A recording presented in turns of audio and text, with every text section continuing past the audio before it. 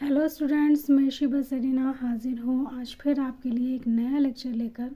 और आज जो टॉपिक हम करने जा रहे हैं वो है गांधीयन एरा, यानी कि गांधी युग। जी बिल्कुल ठीक सुना आपने। आज हम गांधी युग जो है उसके बारे में पढ़ने जा रहे हैं और इसकी शुरुआत हम करेंगे 1915 से। ये गांधी युग जो है 1947 तक चलेगा। और आज हम देखते हैं कि आज हम इसको कहाँ तक कवर कर पाते हैं। लगभग 2 पार्ट में जो है ये वीडियो कंप्लीट होगी। ये लेक्चर जो है 2 लेक्चर इस पर होंगे। तो चलिए बिना किसी देरी के मैं इसे शुरू करती हूँ। मेरे साथ वीडियो में अंत तक बने रहना। चलिए तो शुरुआत होती है। On 9th of Jan 1915 Gandhi return India at Apollo बंदर बॉम्बे। तो 1915 में 9 जनवरी को 1915 में गांधी जो हैं इंडिया वापस आते हैं और अपोलो बंदर बॉम्बे पर वो आकर उतरते हैं। Title given to Gandhi Kaisar-e Hind by king of Britain 1915 में गांधी को टाइटल दिया जाता है ब्रिटेन के किंग द्वारा। और वो टाइटल क्या होता है? टाइटल होता है केसरे हिंद। ठीक है, ये टाइटल उनको दिया जाता है। अब political Guru of Gandhi, Gandhi के जो है पॉलिटिकल गुरु थे वो थे गोपाल कृष्ण गोखले। क्या नाम था उनका? Gopal Krishna Gokhale. Gopal Krishna Gokhale advise not to get involved in active politics for at least 1 year. Gopal Krishna Gokhale जो हैं वो गांधी जी को एडवाइस करते हैं कि आप लगभग 1 साल के लिए जो है राजनीति में एक्टिव ना हो। 1 साल के लिए वो उन्हें रुकने के लिए कहते हैं और कहते हैं 1 साल इंडिया का भ्रमण करो, यानी कि इंडिया को जो है आप घूमो, समझो कि इंडिया कैसा है, इंडिया के लोग कैसे हैं, उस सबको वो भ्रमण करने के लिए कहते हैं। रोम इंडिया ये कहते हैं। ठीक है। In December 1915 when Mahatma Gandhi was in Calcutta, Mahatma Gandhi जो है कलकत्ता में थे, तभी क्या होता है, he got the news of Gokhala's death and further Gandhi announced that he will roam India for 1 more year and this time without shoes means barefoot। तो जब वो कलकत्ता में होते हैं तो उन्हें खबर मिलती है कि जो गोखले हैं उनके जो गुरु हैं उनकी डेथ हो गई है। और इस खबर को सुनने के बाद वो फैसला करते हैं कि वो 1 साल और इंडिया को घूमेंगे, इंडिया का भ्रमण करेंगे और इस बार जो है वो बेयर फुट यानी कि नंगे पाँव इंडिया का भ्रमण करेंगे।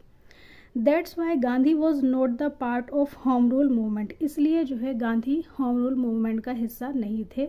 स्वराज जो आंदोलन चला था उसका हिस्सा वो नहीं थे। ये आंदोलन मैं आपको बता दूं 1916 में हुआ था और इसमें कांग्रेस ने जो है ये आंदोलन कांग्रेस के लोगों के द्वारा हुआ था।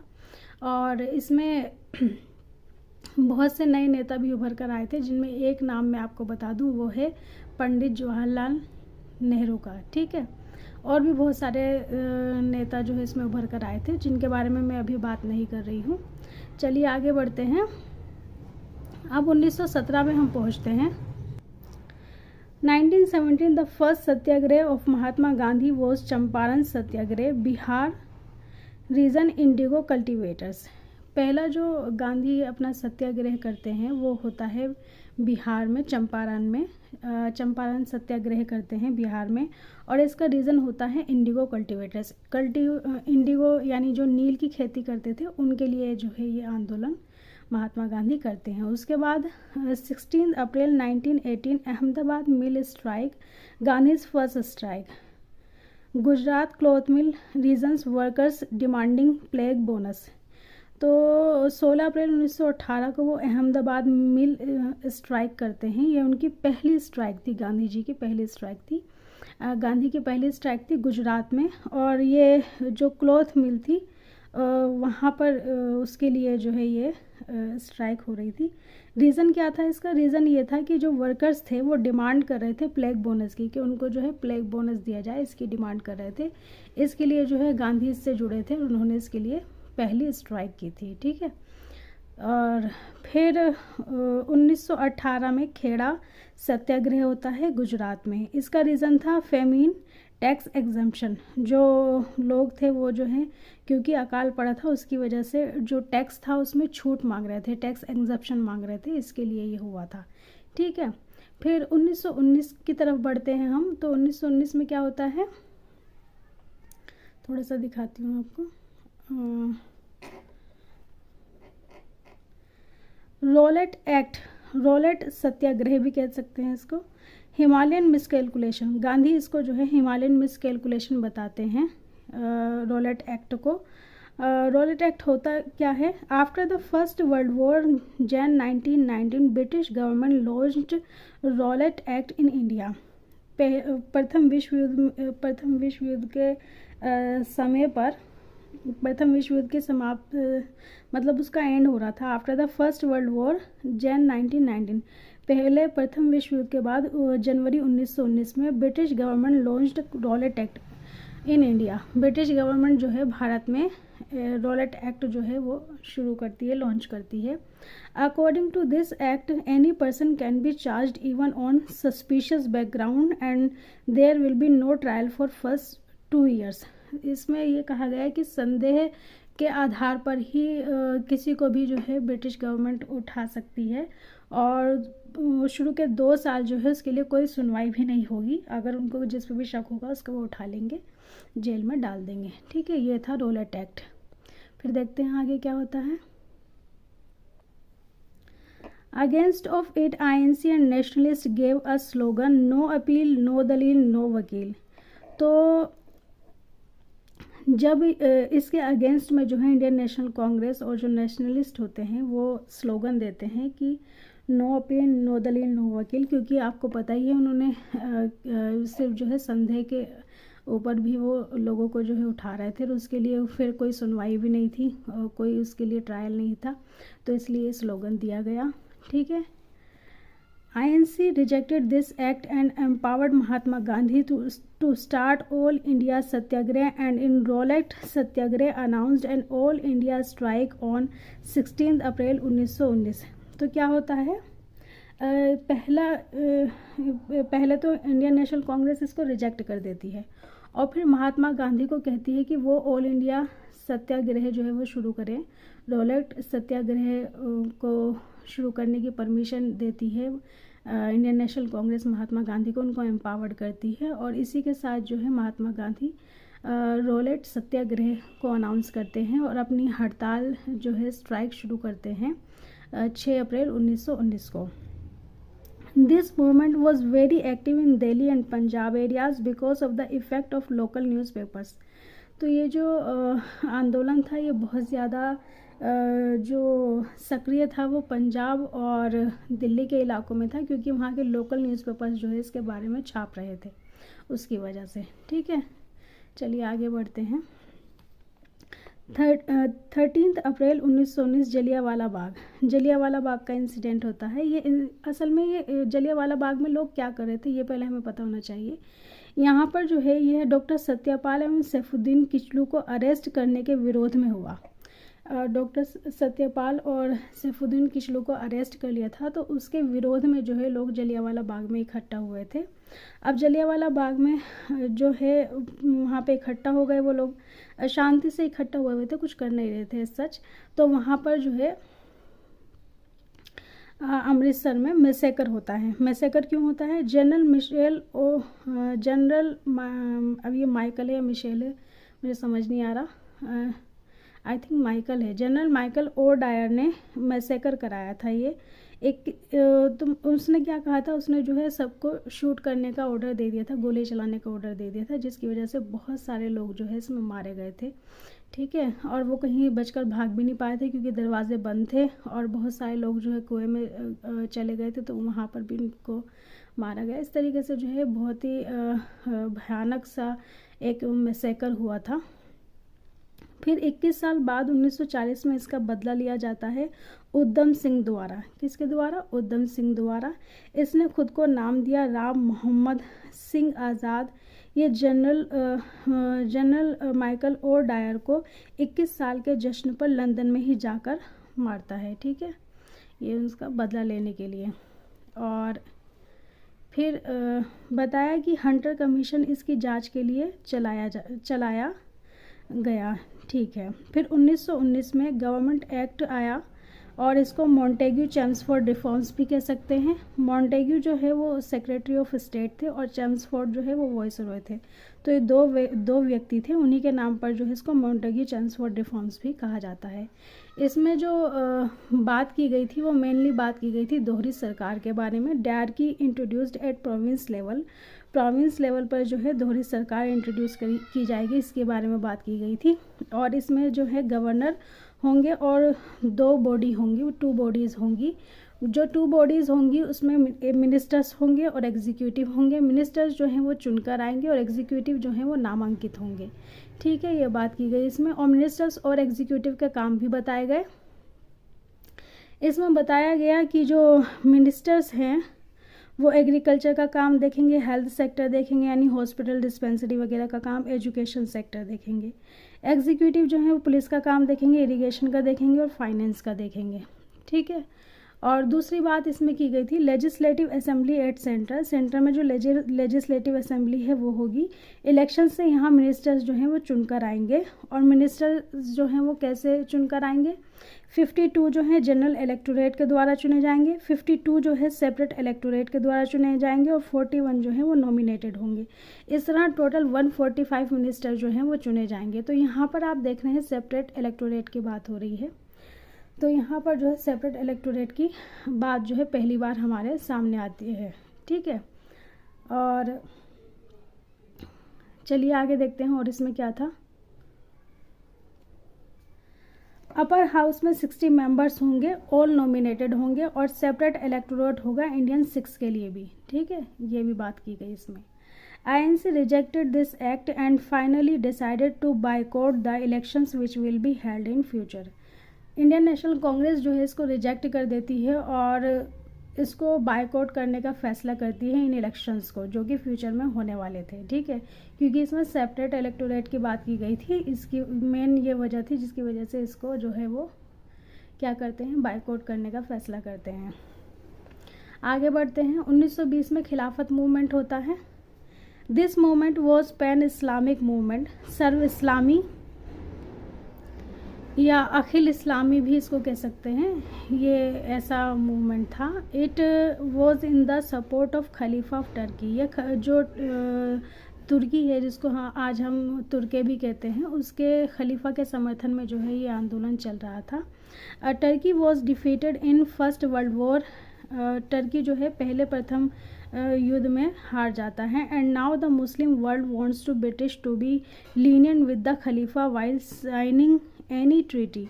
और मुस्लिम्स जो हैं वो ये चाहते थे कि अब जो इनके साथ ब्रिटिशर्स कोई भी ट्रीटी करें तो वो उसमें जो है लीनियंट रहें खलीफा के साथ, बहुत ज़्यादा सख्ती ना की जाए। ठीक है, और उसमें Muslim world wants to following points, Muslim world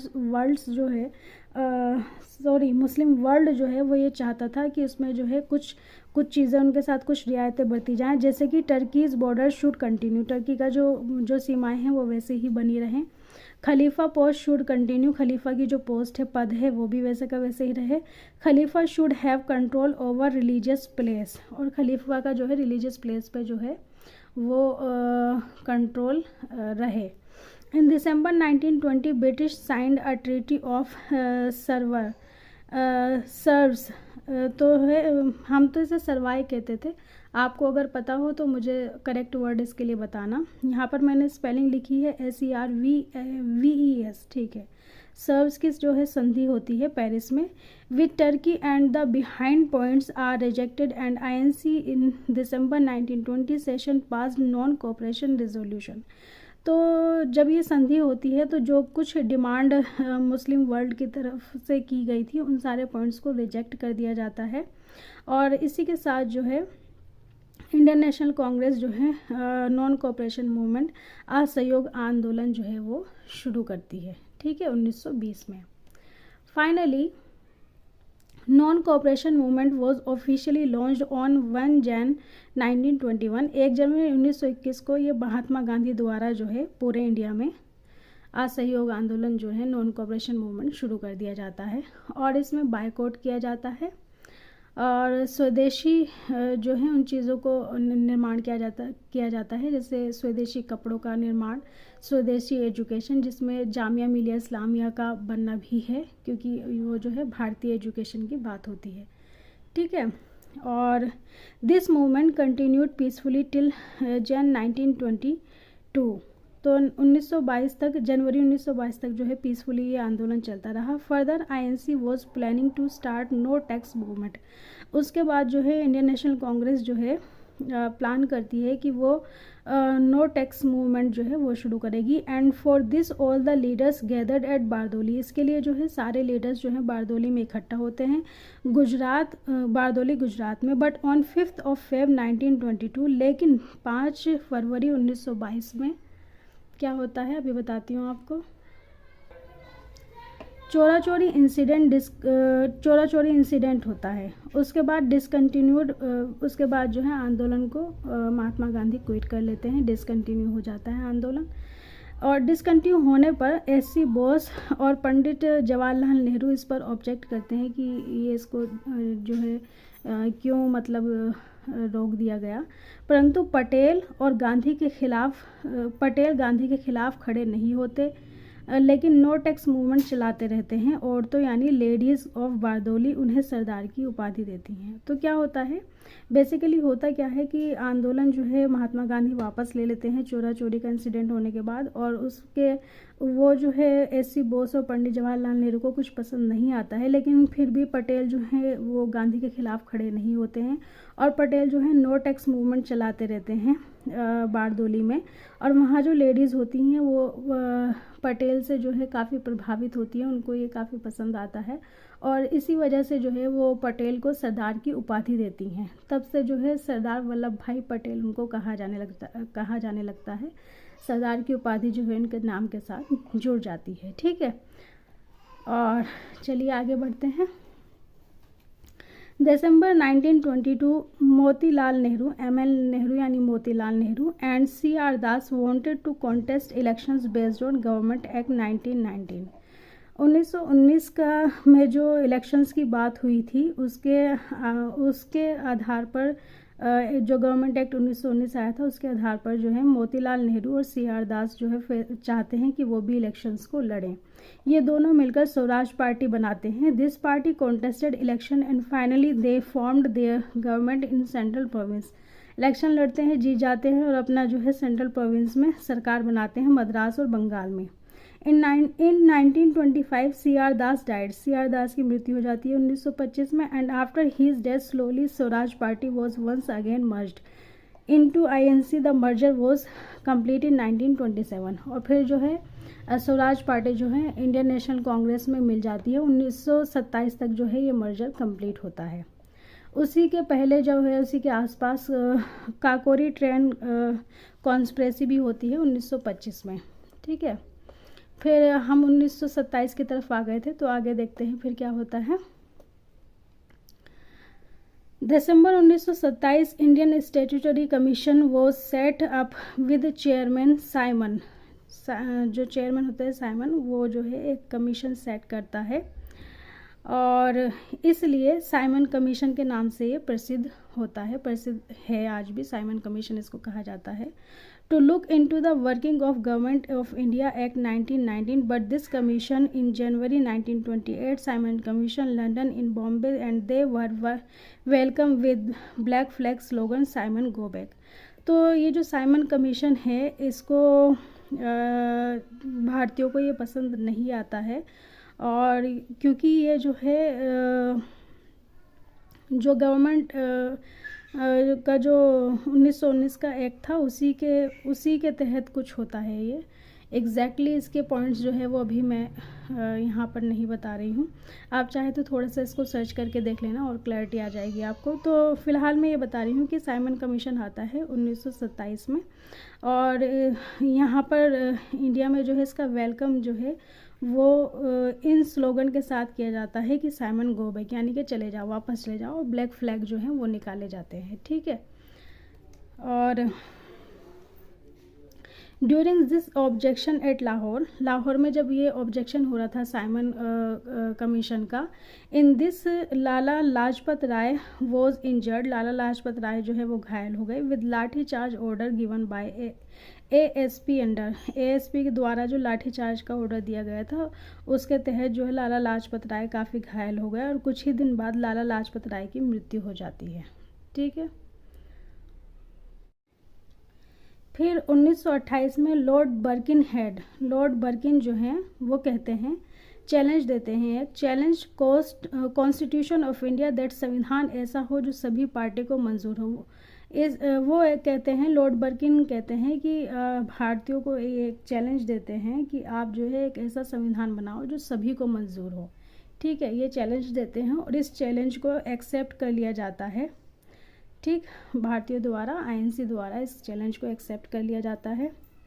all party meeting, सभी पार्टियां जो हैं वो मीटिंग करती हैं एट दिल्ली मार्च 1928, दिल्ली में मार्च 1928 को डिसीजन लिया गया कि सभी under the leadership of Motilal Nehru काम करेंगे। मोतीलाल नेहरू के लीडरशिप के अंदर सब काम करेंगे और इसके लिए नेहरू कमेटी बनाई गई कॉन्स्टिट्यूशन बनाने के लिए। ठीक है, कॉन्स्टिट्यूशन बनाने के लिए कि उन्होंने कहा कि हम ठीक है एक ऐसा कॉन्स्टिट्यूशन बना के दिखाएंगे जो सबको मंजूर होगा, और इसके लिए जो है मोतीलाल नेहरू के नेतृत्व में जो है ये कमेटी बनाई गई, नेहरू कमेटी।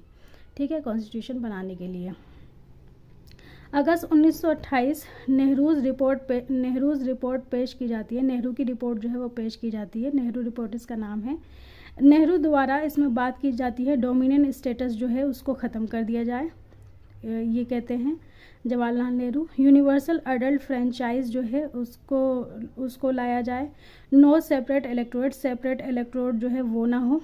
ठीक है, और ओनली जनरल इलेक्टोरेट हो, सिर्फ जनरल इलेक्टोरेट हो, यानी प्रांतों में जो द्वैध शासन है उसका अंत करके उत्तरदायी शासन की स्थापना की जाए, ये बात की जाती है। और जो सेपरेट इलेक्टोरेट हैं उनको ख़त्म करने की बात की जाती है। ठीक है, 1928 में जिन्नाज डिमांड, फिर 1928 में है जिन्ना की कुछ डिमांड होती हैं। जिन्ना जो है ये उभर के आए थे, होम रूल मूवमेंट में जो है ये उभर कर आए थे और काफ़ी सक्रिय होने लगे थे उसके बाद से। सेपरेट इलेक्टोरेट कंटिन्यूड, ये कहते हैं कि सेपरेट इलेक्टोरेट जो है वो कंटिन्यू होना चाहिए। Sindh should be separate from Maharashtra, Sindh जो है वो महाराष्ट्र से सेपरेट होना चाहिए। ईस्ट बंगाल एंड बांग्लादेश के बारे में क्या कहते हैं एग्जैक्टली पता नहीं चल रहा मुझे। इन सारी डिमांड को INC रिजेक्ट कर देती है। INC जो है इन डिमांड्स को जिन्ना की इन डिमांड्स को जो है रिजेक्ट कर देती है। Then Jinnah announced Muslim League can't work with INC, और फिर मुस्लिम लीग जो है जिन्ना कहते हैं कि मुस्लिम लीग जो है इंडियन नेशनल कांग्रेस के साथ काम नहीं कर सकती, क्योंकि वो जो है उनकी डिमांड जो उन्होंने रखी है उसको मान नहीं रही है, इसलिए वो जो है फैसला करते हैं, अनाउंस करते हैं कि मुस्लिम लीग उनके साथ काम नहीं करेगी। ठीक है, नहीं कर सकती। 1929 में लाहौर सेशन ऑफ INC, 1929 में जो है लाहौर में इंडियन नेशनल कांग्रेस का सेशन होता है। प्रेसिडेंट होते हैं Jawaharlal Nehru. First time Poona Swaraj resolution जो है वो पास होता है। ठीक है, 1 दिसंबर 1930 में प्रेसिडेंट जवाहरलाल नेहरू वो बनते हैं और first time try colour flag जो है वो होस्ट किया जाता है, फहराया जाता है। ठीक है, चलिए आगे बढ़ते हैं।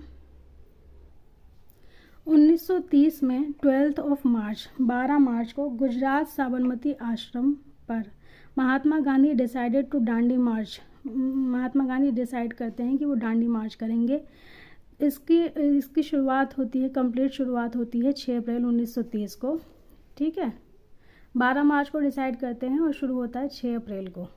ठीक है, the most important reason behind Dandi march is salt law, Dandi march शुरू करने के पीछे जो सबसे इम्पोर्टेंट रीज़न था वो था सोल्ट लॉ, नमक कानून, जो कि ब्रिटिशर्स द्वारा बनाया गया था। उसमें कहा गया no Indian can make salt, कोई भी भारतीय जो है वो नमक नहीं बना सकता, ये कहा गया था। Indian National rejected this, Indian national Congress ने जो है इसको रिजेक्ट किया। Mahatma Gandhi started Dandi March on 6 April 1930, Mahatma Gandhi ने जो है दांडी मार्च शुरू किया 6 अप्रैल 1930 को। गांधी ब्रेक सोल्ट प्लान, और जो सोल्ट प्लान ब्रिटिशर्स ने दिया था उसको वो ब्रेक करते हैं और खुद अपने हाथों से जो है नमक बना के इस कानून को तोड़ देते हैं। Civil disobedience movement and started civil disobedience movement, और फिर जो है वो सिविल डिसओबीडियंस मूवमेंट को शुरू करते हैं, जिसको हम हिंदी में कहते हैं सविनय अवज्ञा आंदोलन। यानी उन्होंने जो हमें बात कही है मानने के लिए, उसको हम नहीं मानेंगे, उसका हम अवज्ञा करेंगे, तो इसलिए सविनय अवज्ञा आंदोलन जो है इसका नाम दिया जाता है इसको, सिविल डिसओबीडियंस मूवमेंट को। ठीक है। Civil disobedience movement continue till 5 मार्च 1931, 5 मार्च 1931 तक जो है ये चलता है।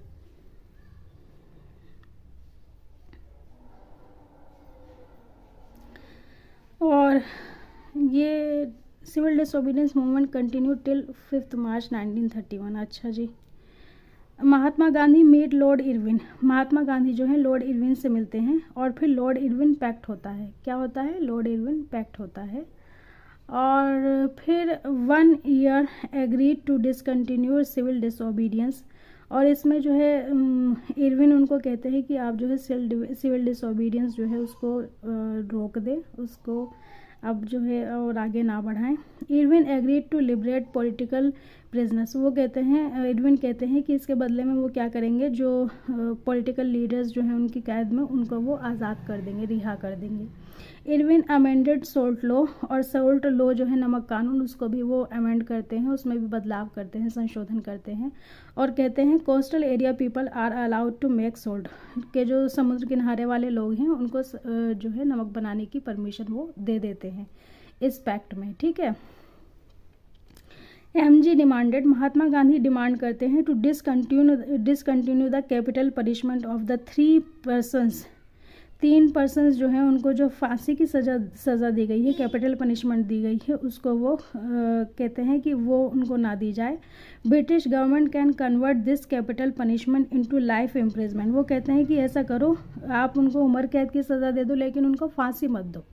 But Irwin rejected and therefore their capital punishment was implement on 23 मार्च 1931, लेकिन इरविन जो है इस बात को नहीं मानता, और वो उनको जो है 23 मार्च 1931 को फांसी की सज़ा दे देता है। वो 3 लोग कौन थे जिनको फांसी की सज़ा दी गई थी? वो थे भगत सिंह, राजगुरु और सुखदेव। कौन कौन थे वो? भगत सिंह, राजगुरु और सुखदेव। तो इन तीनों को जो है फांसी दे दी जाती है 23 मार्च 1931 को, और गांधी जी की जो बात है वो रिजेक्ट कर देते हैं, मानते नहीं हैं, उम्र कैद की सज़ा में कन्वर्ट करने के लिए कहते हैं गांधी, लेकिन उनकी बात को जो है रिजेक्ट कर दिया जाता है। तो ये था पूना पैक्ट। ठीक है। अब तो सॉरी, पूना पैक्ट नहीं था, ये था गांधी इरविन पैक्ट, गलती से मेरे मुंह से पूना पैक्ट निकल गया। नेक्स्ट जो हम पढ़ने जा रहे हैं वो है पूना पैक्ट। चलिए आपको बताती हूँ पूना पैक्ट क्या था। 1932 Poona pact, 1932 Poona pact. Depressed class leader doctor Bhimrao Ambedkar, जो दलित वर्ग था, जो डिप्रेस्ड क्लास थी, उसके जो लीडर थे doctor Bhimrao Ambedkar. Ambedkar in 1932 demanded separate electorate from the British prime minister mister McDonald, जो ब्रिटिश प्राइम मिनिस्टर थे मिस्टर मैकडोनल्ड, उनसे जो है डॉक्टर भीमराव अंबेडकर 1932 में डिमांड करते हैं कि सेपरेट इलेक्टोरेट जो है वो उनको दिया जाए।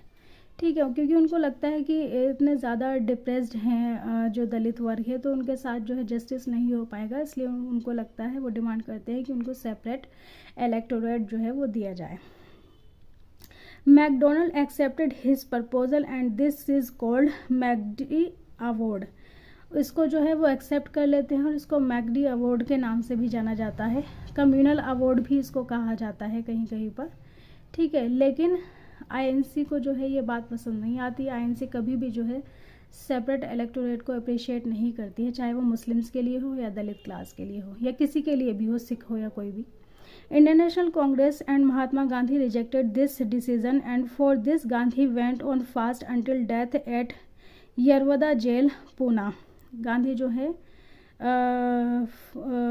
अनशन पे चले जाते हैं और फास्टिंग करते हैं। कहते हैं कि मैं जब तक फास्ट करूँगा, जब तक कि मेरी मृत्यु ना हो जाए, मैं फास्ट नहीं तोड़ूंगा। यरवदा जेल में वो जाकर जो है वहाँ पर वो फास्ट करते हैं पूना में, और कहते हैं कि जब तक ये जो ये जो सेपरेट इलेक्टोरेट की बात हुई है, जब तक इसको जो है वापस नहीं लिया जाता तब तक वो अपना फास्ट जो है नहीं तोड़ेंगे, चाहे उनकी मृत्यु ही क्यों ना हो जाए। ठीक है। As a result Bhimrao Ambedkar and INC signed an agreement at Poona which is called Poona pact. इस वजह से जो है इंडियन नेशनल कांग्रेस और डॉक्टर भीमराव अंबेडकर के बीच में एक समझौता होता है और एक जो है एग्रीमेंट होता है, और उसको हम कहते हैं पूना पैक्ट। क्या कहते हैं हम उसको? पूना पैक्ट कहते हैं। इस पूना पैक्ट में क्या कहा जाता है? According to this agreement doctor Bhimrao reject to give reservation to depressed class. Basically बात ये होती है कि इसमें ये समझौता होता है कि जो दलित वर्ग हैं उनके लिए पृथक निर्वाचन मंडल को वो त्याग देंगे। ठीक है, उनको पृथक निर्वाचन मंडल नहीं चाहिए, लेकिन दलितों के लिए आरक्षण जो है उसको बढ़ाया जाए, इसकी वो बात कहते हैं। ठीक है, ये जो है समझौता इनके बीच में हो जाता है, पूना पैक्ट जो है वो हो जाता है। ठीक है। इन 1932 तो ये जो पृथक निर्वाचन मंडल था इसको त्याग दिया जाता है इसके तहत। In 1932 Gandhi started All India Harijan Sevak Sangh and Gandhi started a new magazine called Harijan. फिर क्या करते हैं गांधी? 1932 में ऑल इंडिया हरिजन सेवक संघ को शुरू करते हैं और इसी के साथ वो एक मैगजीन भी शुरू करते हैं जिसका नाम है हरिजन। ठीक है, ये दलितों के लिए वो काम करते हैं। इन 1935 government of India act, 1935 government of India act होता है। डियार्की फ्रॉम प्रोविंसेस वॉज एंडेड। इसमें जो है वो जो दोहरी सरकार थी प्रोविंस लेवल पर उसको ख़त्म किया जाता है एंड ख़त्म करने की बात की जाती है। And diarchy was introduced at central level, और सेंट्रल लेवल पर जो है इसको शुरू करने की बात होती है। प्रोविंस लेवल पे ख़त्म करके सेंट्रल लेवल पे शुरू करने की बात होती है। स्टेट लिस्ट की बात होती है रेसिडुअरी लिस्ट की बात होती है, सेंट्रल लेवल PM और CM की बात होती है। According to this act elections will take place in 1937। इस एक्ट के तहत 1937 में जो है इलेक्शन होने थे। And this time INC announce that they will participate in the election. और इस टाइम जो है इंडियन नेशनल कांग्रेस कहती है कि हम भी इस इलेक्शन में पार्टिसिपेट करेंगे। ठीक है। अंडर एक्ट 1935, जो 1935 का एक्ट है इसके तहत वो भी इस इलेक्शन में पार्टिसिपेट करेंगे, ऐसा इंडियन नेशनल कांग्रेस कहती है। चलिए आगे बढ़ते हैं। अब ये जो 1937 का इलेक्शन होता है इसमें जो पार्टीज़ होती हैं, पॉलिटिकल पार्टीज़, वो होती हैं INC इंडियन नेशनल कांग्रेस, मुस्लिम league, Hindu Mahasabha, liberal party, justice party और अदर रीजनल पार्टीज़ भी होती हैं। ठीक है। Out of 11 provinces Indian national formed government in 8 provinces. तो इंडियन नेशनल कांग्रेस की इसमें बड़ी जीत होती है और लगभग 8 प्रोविंसेस में जो है इंडियन नेशनल कांग्रेस की सरकार बनती है, 11 प्रोविंसेस में से। ठीक है। और फिर क्या होता है? फिर the rule of INC continued for 28 months. 28 months के लिए जो है इंडियन नेशनल कांग्रेस का रूल चलता है। And finally in December 1939 INC resigned simultaneously from 8 provinces. Indian national Congress जो है एक एक करके सभी प्रोविंसेस से जो है रिज़ाइन कर देती है, अपनी सरकार को जो है वो बर्खास्त करती है। द रीज़न बिहाइंड रेजिग्नेशन, ये जो रिज़ाइन वो करती है इसके पीछे रीज़न ये था, is that British announce that India it is at war without consulting Indian leaders. क्योंकि ब्रिटिश सरकार जो है बिना भारतीय लीडर्स से कंसल्ट किए ये अनाउंस कर देती है कि भारतीय जो है वो युद्ध में शामिल होंगे। ठीक है। वो क्या कहती है कि India it is at war without consulting Indian leaders. तो इसके अगेंस्ट में जो है इंडियन नेशनल कांग्रेस रिज़ाइन कर देती है सरकारों से, 8 के 8 प्रोविंसेस से। ठीक है। On 22 December 1939 Muslim league celebrated the day of deliverance. और 1929 में जो है मुस्लिम लीग सेलिब्रेट करती है 22 दिसंबर को as a day of deliverance के तौर पे इसको जो है वो सेलिब्रेट करती है। तो आज मैं इसको लेक्चर को यहीं तक रखती हूँ। अब नेक्स्ट लेक्चर में जो है हम इसके आगे का पढ़ेंगे। ठीक है। यहाँ तक जो कुछ भी मैंने आपको बताया, मैं उम्मीद करती हूँ कि आपको भली भांति समझ में आया होगा, ठीक तरीके से आप समझ पाए होंगे। कहीं अगर कोई डाउट हुआ है या आपको कहीं लग रहा है कि कोई इन्फॉर्मेशन मेरी तरफ से जो है वो गलत आई है, तो उसका उसको आप कमेंट करके बता सकते हैं। लेकिन मैं आपको अश्योर करती हूँ कि मेरी तरफ से सभी जो फैक्ट्स दिए गए हैं वो एग्जैक्टली वैसे ही हैं जैसे कि हमारे इतिहास में है, बिल्कुल करेक्ट इन्फॉर्मेशन है। और जो कुछ भी इन्फॉर्मेशन आपको प्रोवाइड की गई है वो पूरी ज़िम्मेदारी के साथ मैं ये समझती हूँ कि मैंने अपनी तरफ से जो है बहुत सही काम जो है वो किया है।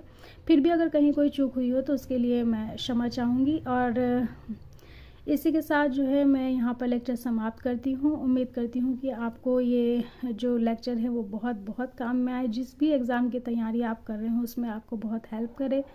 और इसी के साथ जो है मैं आपसे लेती हूँ अलविदा। फिर मिलूँगी आपसे नए लेक्चर में किसी नए टॉपिक के साथ। तब तक के लिए पढ़ते रहिए, खुश रहिए।